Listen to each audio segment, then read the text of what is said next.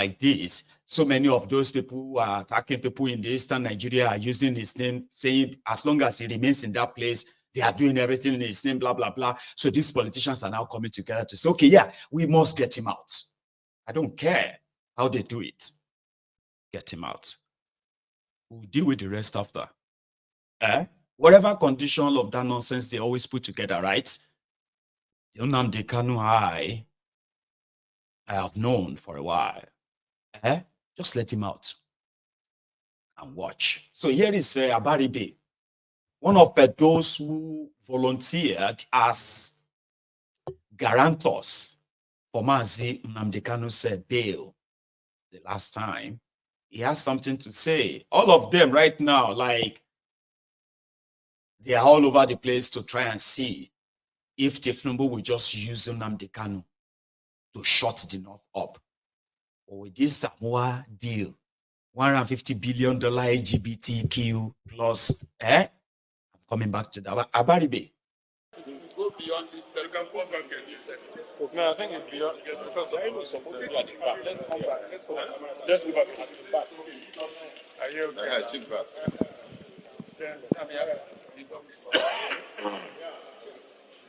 Nigerians want to know the purpose of your meeting with the AGF this morning, sir. Yes, this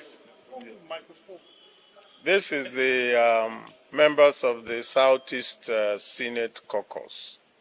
And we're here to see the Attorney General of the Federation and Minister of Justice on a very, very important matter to the people of the Southeast.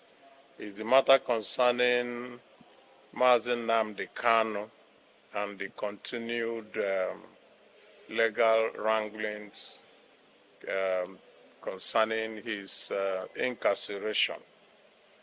The Southeast Senate caucus, just like the rest of the members of the Southeast, put the business leaders, the clergy, the political people, and everybody in the Southeast are all very worried about it, knowing that that has been the fulcrum, I would say, for what is going on in the Southeast regarding the insecurity. All the criminals and all the people going around causing mayhem in the Southeast have all said that it is because Mazi Nnamdi Kanu is being held. We know that this is not the truth. It's just that we have gotten to the point where people are now hijacking a legitimate call for his release and turning it into something that has led to deaths and destruction of properties and so many other undescribable mayhem that is going on in the Southeast. And so we came to meet with the Minister of Justice and Attorney General because we know that at the end of the day, everything that happens in the political, in the legal scheme will eventually come to his office. And we came to appeal to him to help us to let Mr. President know that all leaders of the Southeast feel that the release of Mazi Nnamdi Kanu will help in dousing all the tensions and everything that is going on in the Southeast. And we are very, very certain that his duty as the Attorney General also gives him the powers of nolle prosequi, the powers of making sure that litigation don't continue and the sufferings of the people of the Southeast continue. That is the essence of why we came here. And I think you know also, I think it's also clear that several different groups in the Southeast, including the Southeast governors who met yesterday, have all been making exactly the same type of plea. And we think that this will help us to bring to an end all the insecurity problems going on presently. So, caucus met with Mr. Kanu to know whether he is willing to accept either conditional release or no.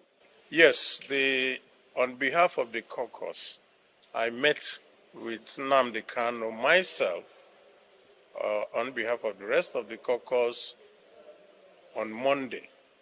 Today is Wednesday. We met with him between 2 p.m. and 3 p.m. on Monday, and he is very, very supportive of this, our plea to the President and of the Federal Republic of Nigeria.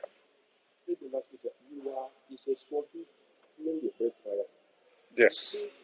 They need the senator to be supportive this time around. Would you be willing to stand? I don't think that is necessary to ask.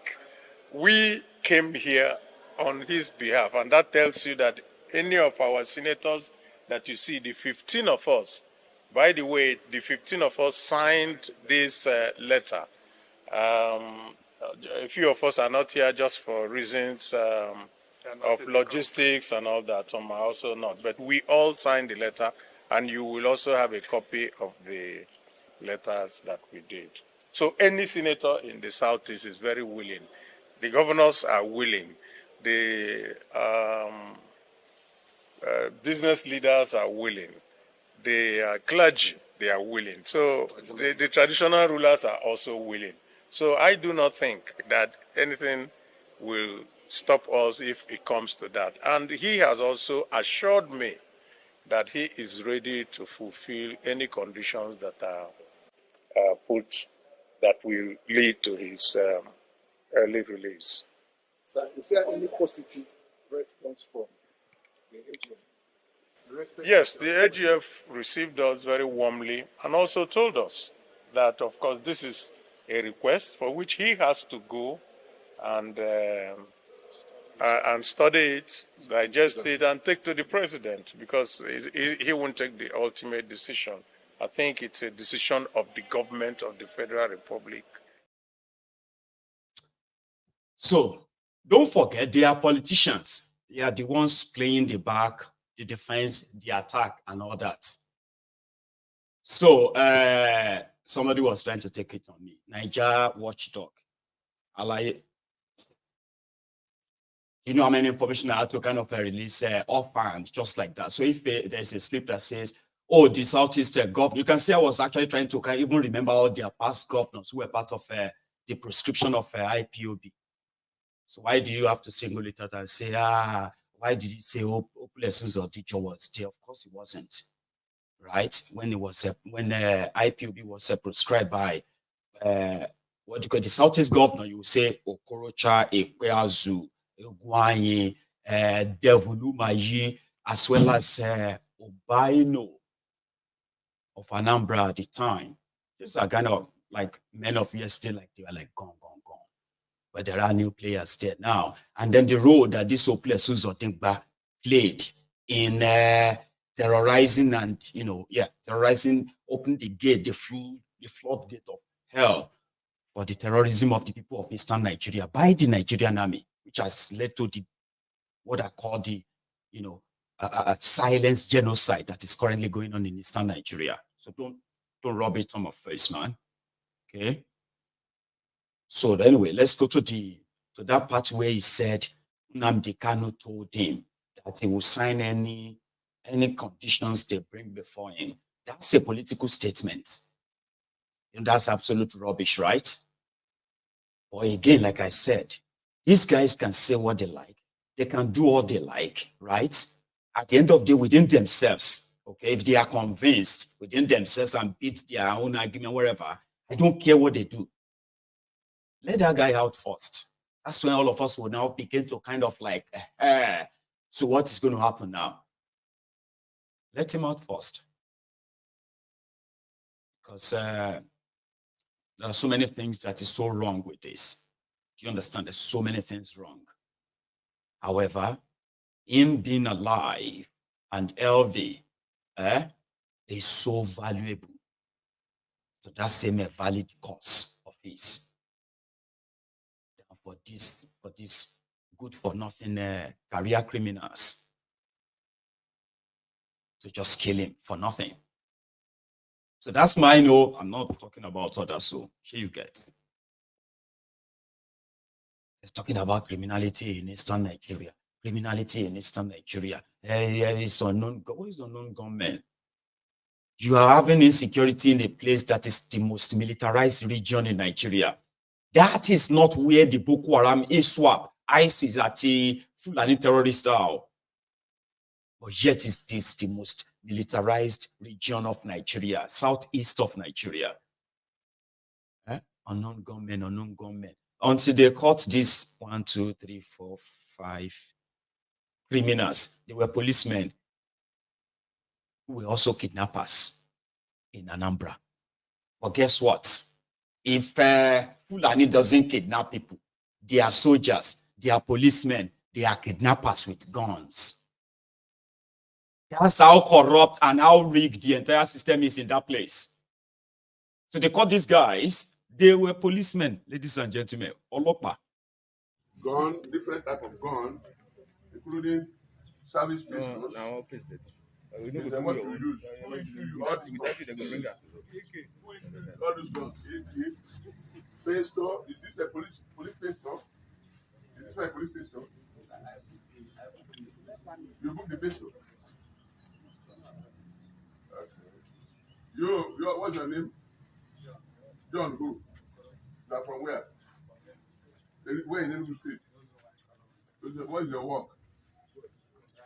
Driver. Where in Utuwale? Okay. What's your mission to this place? Huh? No, we had to go see. I thought you go see.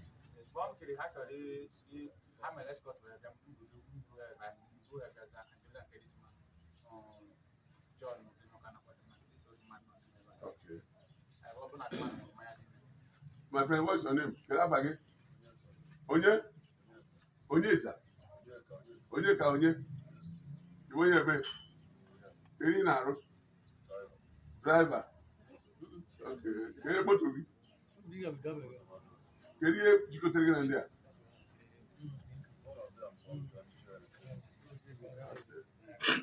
Can you get part of it? Oh no, ever. So they are not complete. I do only bring it. 5. Okay. So that one will deal with the yes, can I forgive him? Huh? James who? Mama. They're from where? Amushu. What do you do for a living?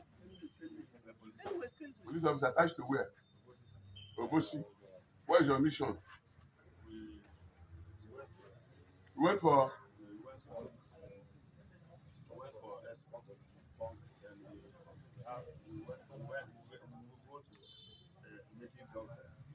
well, this army uniform. Why do you carry it so that when you see army, you change to army?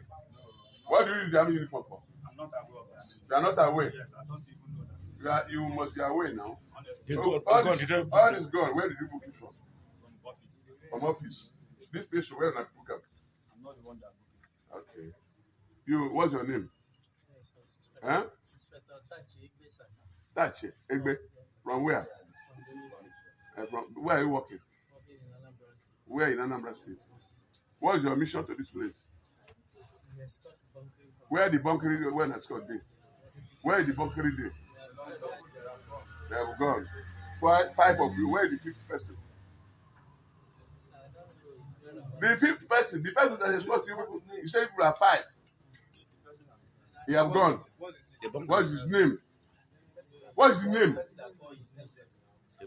What is the name? What is the name of that one that have gone? Let me conclude. What is the name of the one that have gone?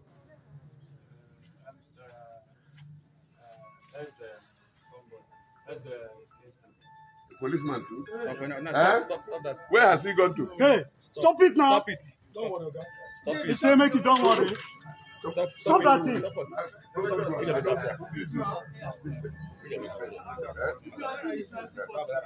Now, look at it. This army uniform. This army uniform. What do you people use army uniform for? What do you use it for? Wait, normally.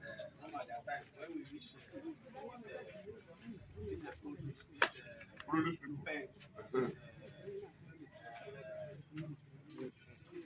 Yes.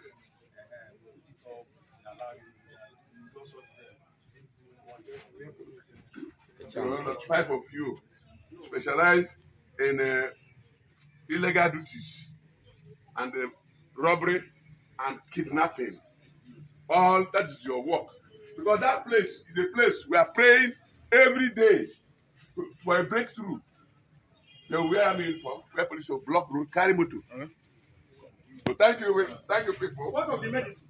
These are a team of a mix-up of people who claim they are police, and we know they are into the nefarious activities.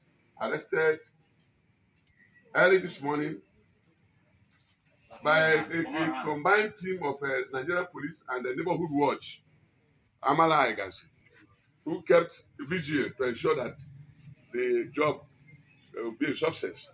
These are people we suspect have been terrorizing this area.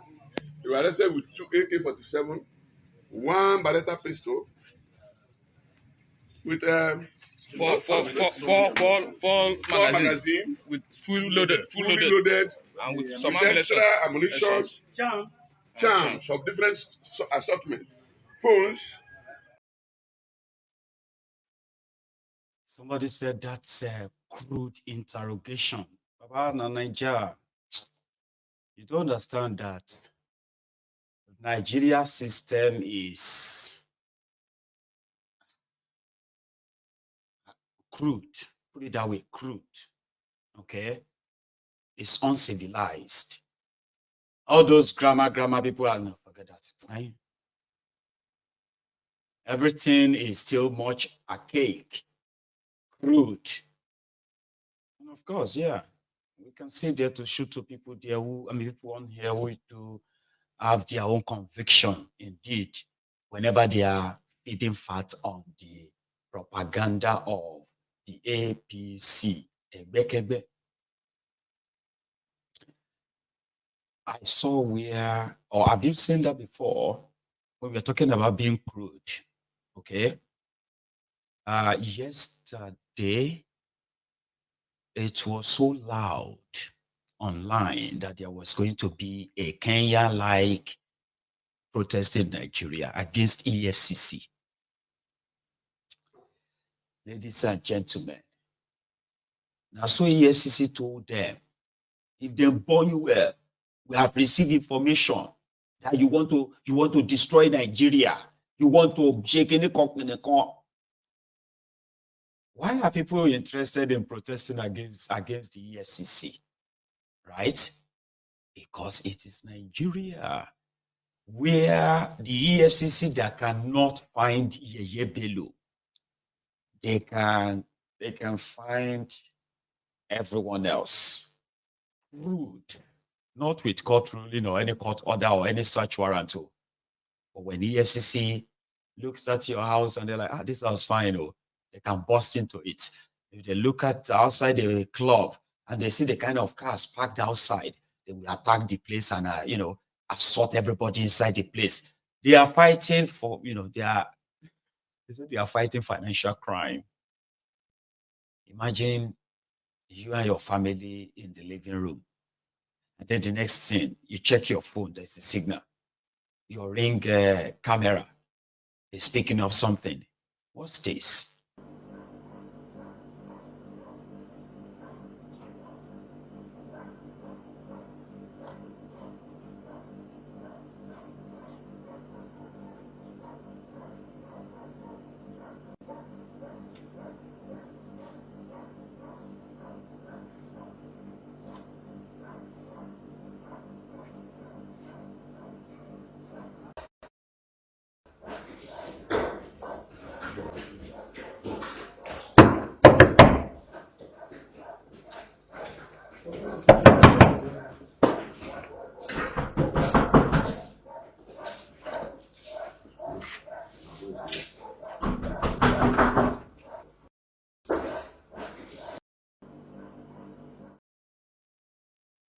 Did you not see that video of an hotel in Ogba that they broke into and slapped the lady? But that's another person's house. That's how they operate in Nigeria. It doesn't matter. They will jump the fence, break if you have an electric fence. They will cut it off. They will jump the fence. They will cut your lock from inside, open your gate open, and then they will drive in. As they are driving in, right, they are manning every corner of your house. And at the end of the day, they will just say, oh, sorry, people receiving an information. It is a crude place, a lawless place, a very, very lawless place. Talking about law, Nigeria signed, or Goodluck Egbere Jonathan signed a bill into law in 2014. And that bill was that anything that has to do with homosexuality in Nigeria is a crime that can see you go to jail for 14 years. Now, they didn't take that well in the West because your sexuality is considered as a human right too. It's your right. What you do with your body and all that is your right. But that's not the same feeling in Africa, most of Africa, yeah? In Nigeria, it's even much like a stain. So gays, lesbians, crosses, LGBTQ plus, and all of them, they would rather just kind of like practice it in secret. I'm telling you this is the reality because it's considered, how can you feel waiting, you know, that kind of feeling, right?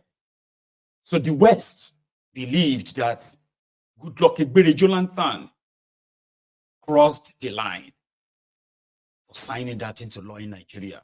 To them, that means you are persecuting homosexuals. We are not going to give you our money. We're not going to give you this. We're not going to give you that, right? They stopped Nigeria from getting weapons and all of that. It was like the icing on the cake or the nail on the coffin for Goodluck Egbere Jonathan's government. But last month, Tinubu and his gang, they went to Brussels in Belgium and they signed an EU Samoa Plus deal of $150 billion. That $150 billion, they are not giving it to Nigeria. Because I don't even, listen, EU has a body, okay, that they are funding. That body is called Samoa. I don't know the full meaning. Don't ask me, okay? Right, Samoa.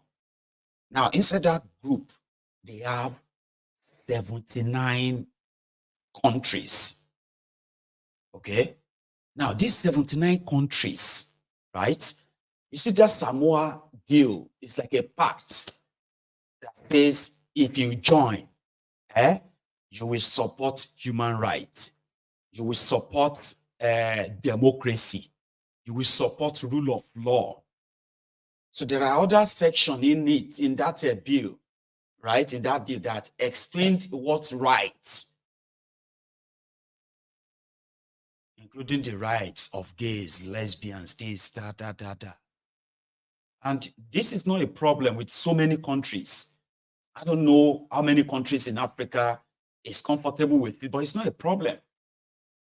So the deal has been lying there since 2018 when Bokwari attended similar meeting, but he didn't sign. Sure, you get. So Nigeria was like, we'll consider, we'll see what, I mean, they didn't sign. Last month, when Tinubu heard about it, he quickly dispatched people to go ahead, sign it, Joe. Tell them that it is clear that the countries that have law against homosexuals, they will take that one out. So they will take that part out. They will just, as long as they have democracy and human rights, and Nigeria have democracy and human rights, forget that part. It's not part of, you're not mad. You will need to do two things. Opt out now, or don't implement that your law. The one that says people who are gays will go to jail for 14 years. Many of your governors are gays. Yeah, many of them, they are homosexuals. Some of them claim to be homosexual because of the rituals they are performing, because they wanted power. They wanted all nonsense. See, they are pedophiles. They are those who are sodomizing young boys. That is why, in practice, it is a pure waste of nonsense. But northern Nigeria right now, where you have the most homosexuals in Nigeria, how did I know that? How do you know that it's northern Nigeria that has many homosexuals? Okay. Here, you have the highest rate of rape coming from northern Nigeria. Guess who are mostly the victims of rape? Boys. Go and ask. Boys. Not just, I'm not trying to underplay the other rapes